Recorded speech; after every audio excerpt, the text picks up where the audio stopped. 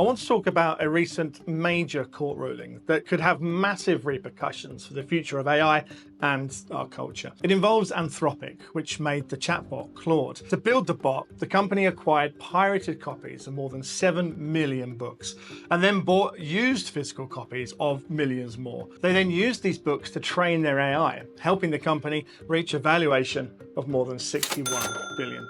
3 authors then sued Anthropic. They said that using their books without permission was in breach of copyright law, since AI meant people could access the information in those books without buying them. In a landmark ruling, a veteran district court judge said Anthropic should face financial penalties for obtaining the pirated books.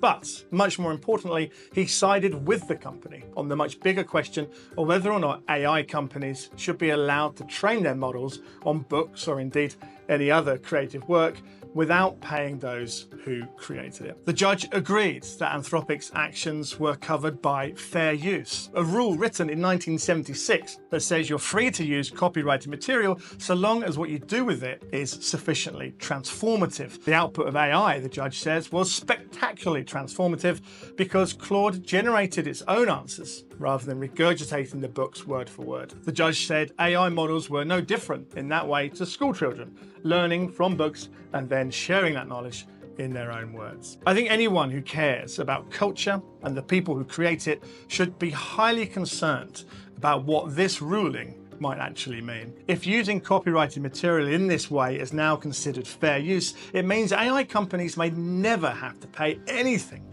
to the publishers of books, music, art, journalism, whatever, to take their work and make AI with it.